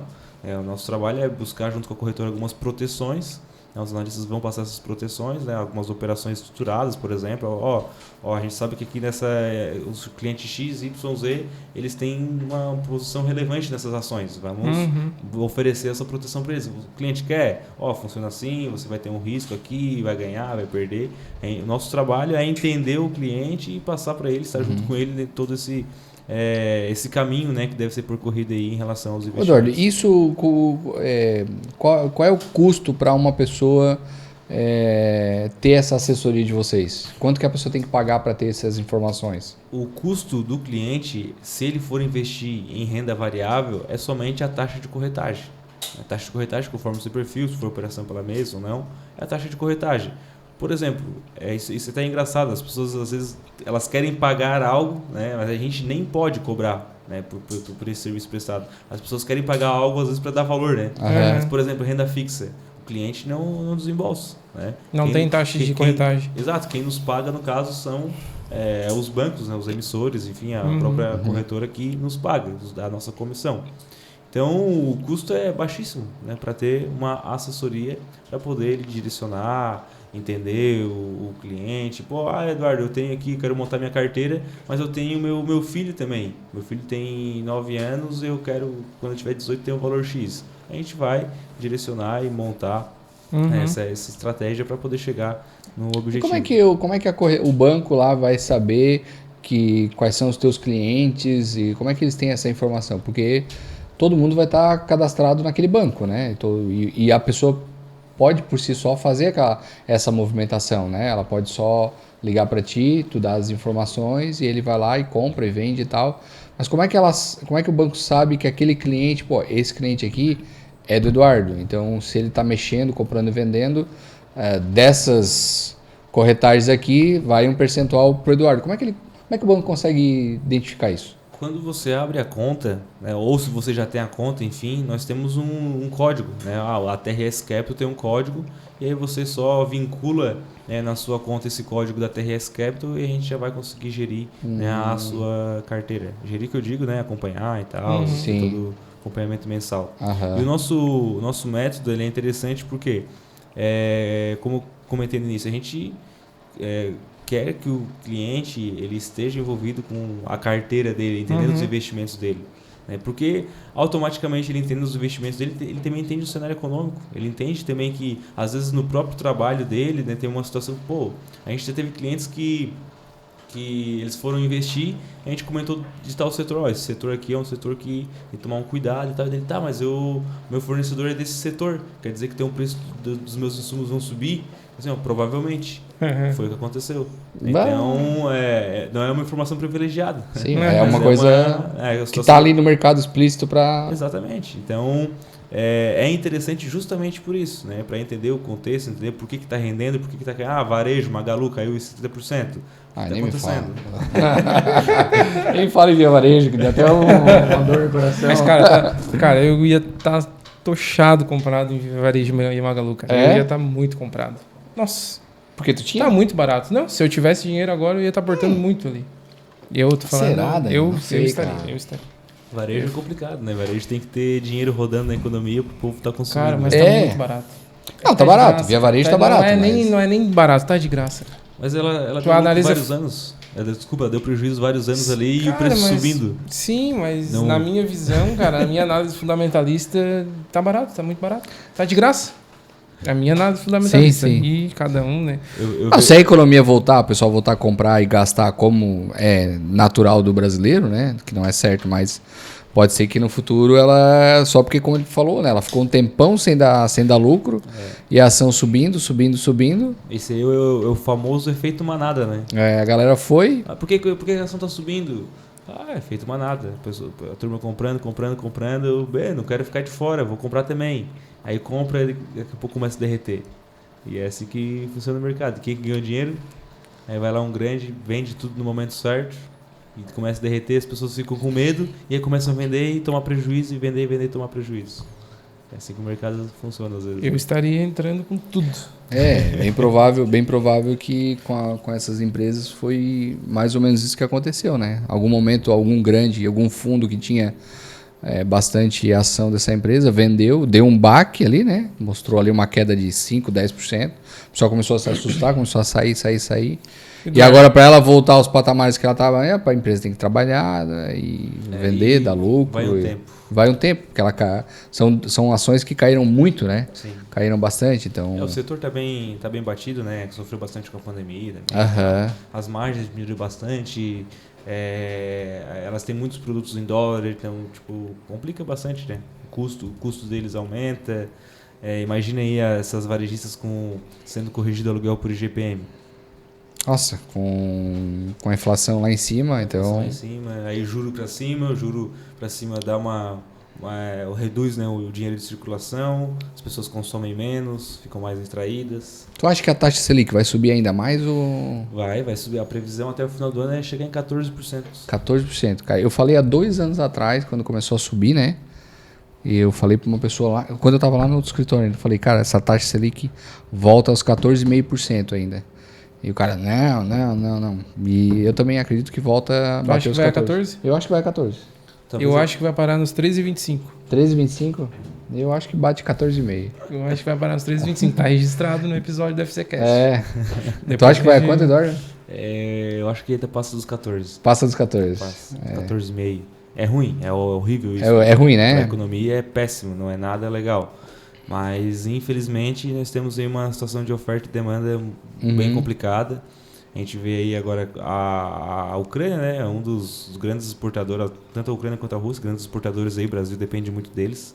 Fertilizantes, né? A Rússia é um dos maiores exportadores de fertilizantes, a Ucrânia em relação à ureia e tudo mais. Então é bem delicada essa situação. Não seria um momento para o Brasil investir nisso para ter essa produção de fertilizantes no próprio país? Seria, com certeza, interessante, porque olha o tamanho que o Brasil é, olha o quanto o Brasil produz, e o Brasil não produz nem 50% da sua capacidade. É bem interessante essa questão agro. Só que temos que ter algumas iniciativas públicas, né, para poder ser autossuficiente. Provavelmente sempre foi mais fácil comprar do vizinho e aplicar, né? Claro. Hoje o vizinho não tem mais para vender, então ou tu não produz, que aí vai aumentar ainda mais a inflação, né? Ou investe agora em tecnologia para a gente ter o nosso próprio produto, né? Eduardo, falou em operações estruturadas. Trava de alta, trava de baixa, borboleta. Você fala o que é isso aí? Não sei nada sobre isso aí. Dedão tem que aprender. Vamos falar de uma forma não técnica, né? Porque senão fica uma confusão. Mas existem maneiras, né, e artifícios no mercado financeiro em que você tanto pode apostar na alta daquele ativo quanto na baixa. Então eu posso ganhar com a queda de um ativo também, certo? E aí essas travas que a gente fala é para você se proteger. Por exemplo, minha carteira está posicionada aqui, sei lá, em determinado setor. Esse setor do varejo. Setor do varejo vai começar a cair. O que eu posso fazer? A gente monta uma operação estruturada onde aquela queda, né, que aquelas ações vão ter, elas na outra ponta vai ter alguns ativos, vai ter uma operação, enfim, que vai estar dando uma rentabilidade. Então você se protege, né? Como se fosse tipo um long short, né? As pessoas apostam umas ações na alta e outras ações na baixa, para você não ter, né, não sofrer, né, com a queda que vai ter esses ativos. E aí existem vários tipos de operações. As opções, as pessoas acabam brilhando os olhos, por quê? Porque elas têm a questão da alavancagem. O que é a alavancagem? É como se você tem, por exemplo, R$1.000 e a corretora vai lá e te empresta R$100.000. Então, se eu estou operando com R$100.000, é diferente. Eu vou ter uma quantidade muito maior, né, do que eu operar apenas com R$1.000. E obviamente que o meu lucro, quando eu tiver, vai ser bem maior também. Vai ser proporcional aos R$100.000. E a queda da mesma forma. Nossa, se der queda, tu tá morto, né? Exatamente. Então, e isso, as pessoas às vezes acham, vou no YouTube, vou aprender sobre isso. Aprende, é legal. Tomara que consiga aprender mesmo. Só que tome muito cuidado. Nós tivemos um caso em que nessa situação da Petrobras, que eu comentei anteriormente, que tinha saído notícia que o presidente ia sair e tal, o camarada foi lá e fez a operação. O racional dele, a estratégia dele estava extremamente correta. Ele ia investir certo. Só que no dedo ali, na hora de fazer a operação, ele fez a operação errada. Ele vendeu ali errado.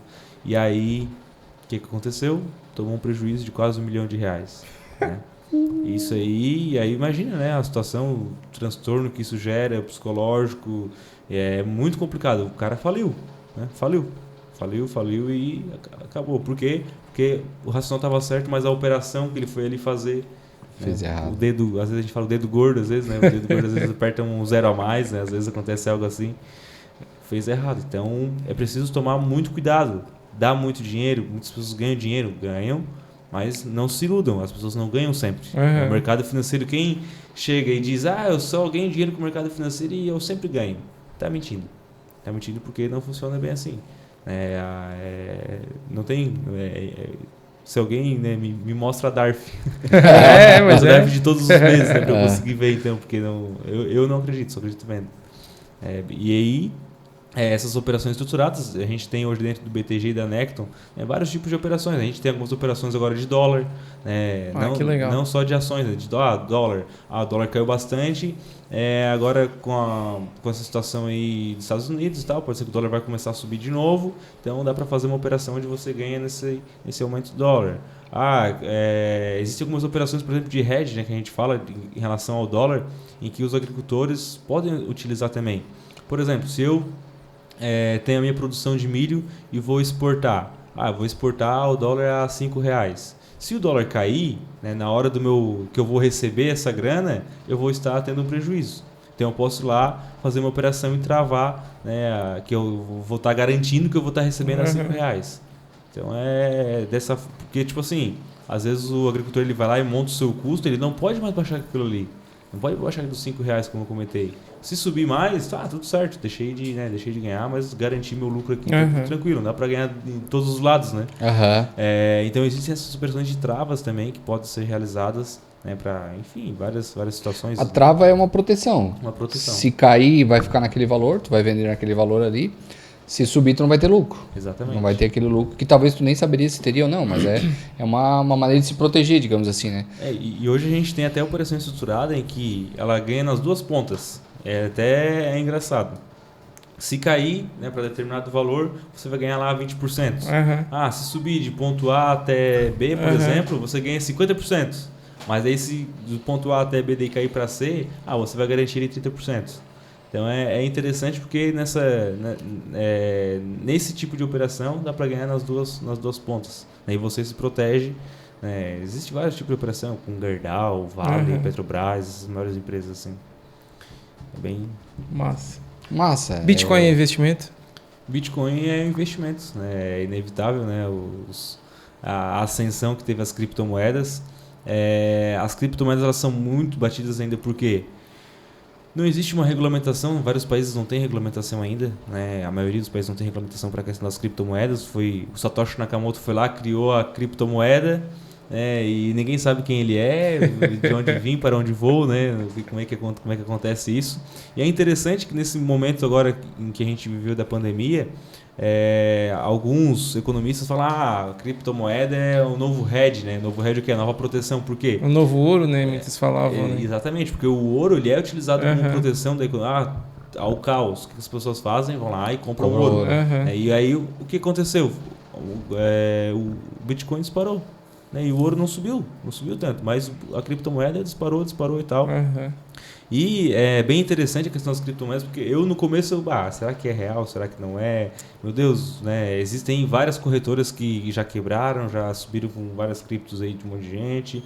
Então, se você for investir em criptomoeda, tem como investir através até da Bolsa de Valores, né? Através de um ETF chamado Hash11 e alguns outros ETFs.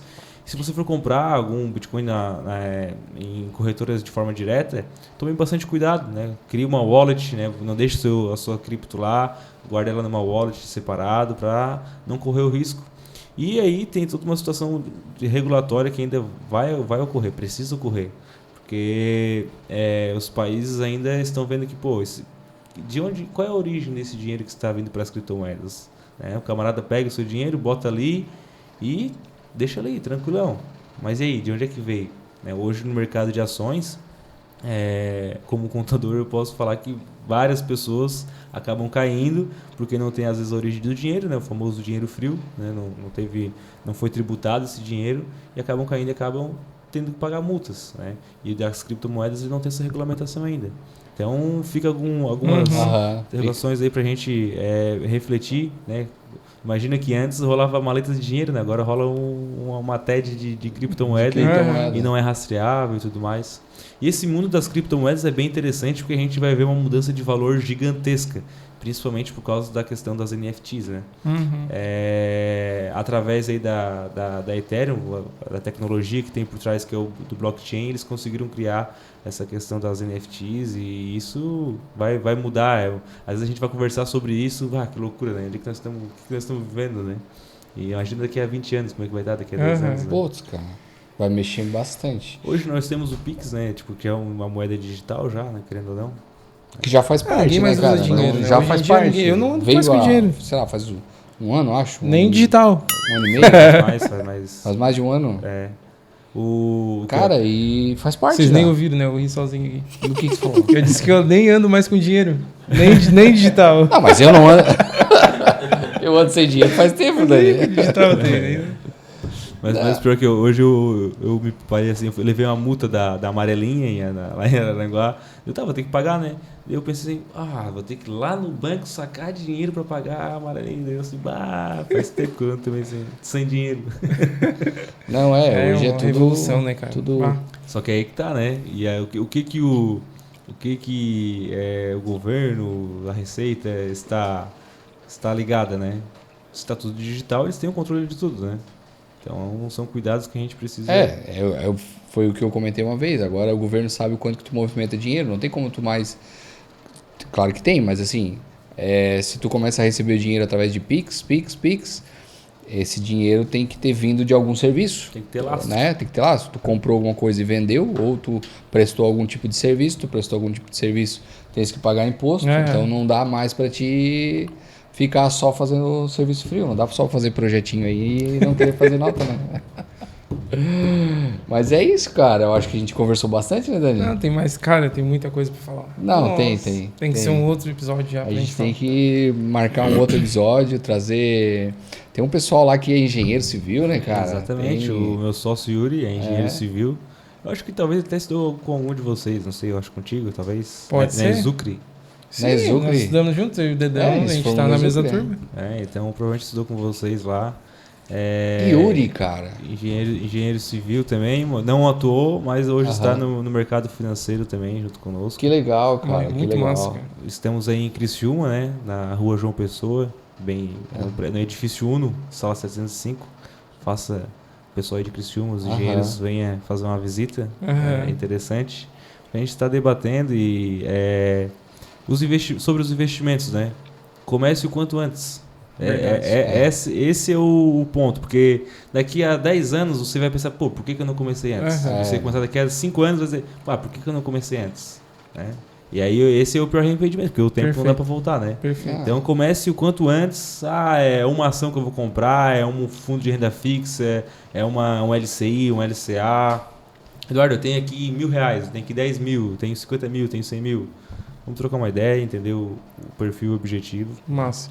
Não posso deixar de perguntar, top 5 ações. Hoje, né?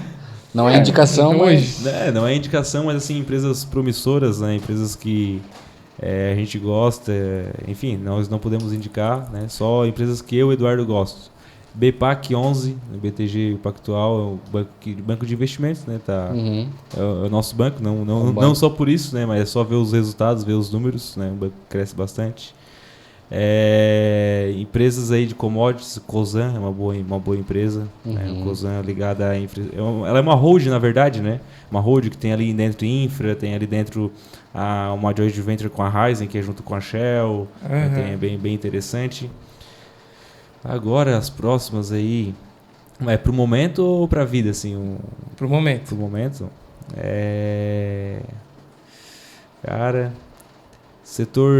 Um outro setor continuando no setor, né, de bancos, tem outros bancos aí como o Banco do Brasil, né? Banco do Brasil, claro, está ligado ao governo, mas é um ótimo banco, tá? Tem crédito para o agro, etc. Falei 3 já, né? Isso. Mais 2 agora, as top. Que mais que a gente... Tem aí... Tem a Itaúsa, que é interessante, está ligado dentro do setor de bancos também, mas não só, né? É uma hold aí do Itaú. Essa eu tenho. Tem aí boa pagadora de dividendos e tal, toda essa história. Agora na pandemia o pessoal ficou triste com ela porque ela pagou menos dividendos, mas as empresas também têm que se remodelar, né? Tem que se segurar também, né? Tem que se... E uma empresa aí, outra empresa, a Unipar também. A Unipar já subiu bastante, mas ela é uma baita empresa redonda também. E aí tem algumas outras, né? VEG é uma baita empresa também. Queridinha de muitos, né? Queridinha de muitos. Empresa que tem dívida líquida negativa é raridade. Né? Raridade. VEG é top. É uma empresa catarinense, uma baita empresa que gera ótimos resultados, se inovando sempre. Inovando sua operação, inovando novos produtos. Eu acho que todo catarinense que investe devia ter uma açãozinha da VEG. Cara. Com certeza. Por ser uma empresa que é histórica no nosso estado, emprega muita gente, e não só porque ela é boa como empresa e tal, mas porque está no nosso estado. Acho que todo catarinense que investe devia ter um pezinho ali. Exatamente. E entender, né? Entender que o nosso estado é uma potência, né? E uma potência de várias empresas aí que são promissoras. E eu queria ter investido na VEG lá nos anos 2000. Eram outras épocas, né? Eu queria ter investido no Bitcoin quando ele estava começando. Quando ele começou, né? Cara, mas eu queria... É o que tu falou, tem que começar. Porque senão depois tu vai ter o eu queria. Eu comecei com R$100, cara. R$100. E fui lá, botei o pezinho, botei uma coisinha, fui indo. Hoje tem um valorzinho, né? Como vocês falaram, né? Valorzinho. Relevante, né? Espero... me aposentar um dia e tal com investimento, mas eu também penso da mesma maneira, cara. Começa devagarzinho, né? Eu lembro de uma criptomoeda que eu não comprei e que eu queria ter comprado, que a Ethereum foi uma, tava lá embaixo. Eu lembro quando começaram a falar do Ethereum, eu disse, pá, cara, isso aqui vai dar. Não comprei. Illuvium é uma outra criptomoeda que eu queria ter comprado, não comprei. Então se tivesse colocado um pouquinho, talvez teria... Claro, não colocar muito, né? Porque tu não sabe o que pode acontecer, mas... Também desejo para quem está nos ouvindo aí que tenha aprendido alguma coisa. Começa de pouquinho, investe, é uma segurança. Para de gastar no cartão de crédito, né? Para de dar dinheiro pro banco e começa a guardar para ti. Com certeza, né? E a educação, como eu falei, a educação financeira é essencial. Não adianta você começar a investir seus R$100 por mês... Se você está gastando 500 lá, pagando financiamento com juro, né? Então a gente precisa entender... Primeiramente, a primeira pergunta que você deve fazer antes de começar a investir. Eu sei exatamente com o que eu gasto, né? E eu recebo meu salário com o que eu estou gastando por categorias, assim. Alimentação, moradia, tal. Eu sei? Não, eu não sei. Então primeiro faz isso. Depois você começa a investir. Porque não vai fazer sentido. Você vai estar ali iniciando os seus investimentos, recebendo dividendo, né? Não quer dizer que vai virar o famoso mão de vaca, nada a ver. É a questão realmente do comportamento e entender que você vai conseguir ter uma renda passiva no futuro, ou construir sua renda passiva com o seu comportamento, porque não adianta. Perfeito. Eu vou sair todo final de semana para ir numa festa, né? Essa água que a gente paga, por exemplo, R$1. Você todo final de semana para ir numa festa, vou pagar R$5, R$10 numa água, não vai fazer sentido. Então a gente precisa entender. Né? Tem bastante coisa relacionada ao comportamento que faz sentido. Eu fui uma das pessoas que tive que aprender isso, né? Não faz sentido você ganhar, no começo você ganhar, tipo, sei lá, R$2 de dividendo, pagar um boleto atrasado e pagar R$10 de juro. Entendeu? Então tem muita coisa que tu tens que te corrigir, né? Sei lá, vai lá comprar uma televisão, a televisão custa R$800 à vista. Ah, não, vou parcelar em 10 vezes de R$90. Aí tu vai fazer as contas, tu tá pagando mais caro, entendeu? Ah, mas é mais fácil de pagar. Não, mas... Então o comportamento, ele é fundamental. Acho que a pessoa tem que começar a pontuar isso, a entender aonde está indo o teu dinheiro, Porque não adianta começar a investir e tá se colocando um pouquinho lá, mas tá gastando um monte em outra área. Ô Dani, eu acho que hoje que nós tínhamos que terminar, cara. Senão daqui a pouco a câmera não tá mais gravando, as baterias acabaram. Acaba as baterias e tal. Cara, Eduardo, queria te agradecer pela tua disponibilidade, ter vindo aqui, ter trazido mais conhecimento. Eu sei que é um assunto muito legal, acho que tem bastante gente que vai gostar desse podcast. Te agradeço mesmo, certo? Manda um abraço lá pro pessoal, né, pra empresa. Quem sabe um dia a gente consiga ir lá fazer uma visita. Espero poder convidar outros para vir aqui, bater um papo, trazer mais conhecimento, trazer mais experiência de vida, né? E Dani, queres agradecer também? Cara, obrigado. Eu acho que o pessoal que nos escuta tem que ouvir A gente fala que está em ascensão, né? Educação financeira no Brasil, tá todo mundo tendo mais acesso. Hoje a informação tá fácil, mas ainda tem muita gente que não entende, não sabe como funciona. E acho que a gente trazendo esse conteúdo de qualidade, como diz o Dedão, né? Vai virar o jogo. E quanto agregar, mais gente falando sobre isso, melhor vai ser pro Brasil. A gente está falando no Brasil, né? Já imaginando que o UFCcast vai ter uma abrangência maior, mas enfim, acho que tu trouxe um conteúdo muito bom, muito bacana. Obrigado pela disponibilidade. Tu fosse muito esclarecedor em tudo que tu trouxe de conteúdo. E é isso, cara. Obrigado. Eu me coloco à disposição, o Dedão também, para depois a gente falar no off ali sobre o assunto das informações privilegiadas, tá? Só pra nós. E é isso, cara. Obrigado mesmo, de coração. Cara, deixa uma mensagem aí, aproveita, né? Fala. Eu digo sempre, né, cara? O podcast vai ficar aí por um bom tempo, então aproveita. Te despede e... É um prazer, na verdade, né, estar aqui falando sobre educação financeira, sobre investimentos, né? Como você comentou, as pessoas estão falando sobre isso, mas ainda é muito pouco. E a minha satisfação é justamente, né, estar levando conhecimento. Eu esqueci de falar uma parte como eu comecei, na verdade, no mercado financeiro, que foi o quê? Dando curso. Né? Eu dava curso, cara, as pessoas queriam, quero investir. Tá, então, vou disponibilizar meu tempo, vou ter que ganhar alguma coisa. Então eu tava dando curso antes de ser assessor. E comecei uma turma, depois da segunda turma, depois da terceira turma. E é muito satisfatório em ver o quê? As pessoas chegarem e dizer, mudei minha vida financeira. Antes eu não sabia para onde ia o meu dinheiro e agora eu tô economizando e ainda tô investindo e tô ganhando mais dinheiro ainda. Então, a minha realização, né, a minha satisfação é justamente mudar a vida das pessoas em relação a como elas lidam com o dinheiro. Aí estamos à disposição, a TRS Capital agradece, né, em nome do Yuri, em nome do Guilherme, e meu nome também, né, obviamente. E estamos aí de portas abertas também para receber vocês e numa próxima oportunidade estar aqui novamente. Muito top. Então é isso, galera. Valeu, obrigado, tchau!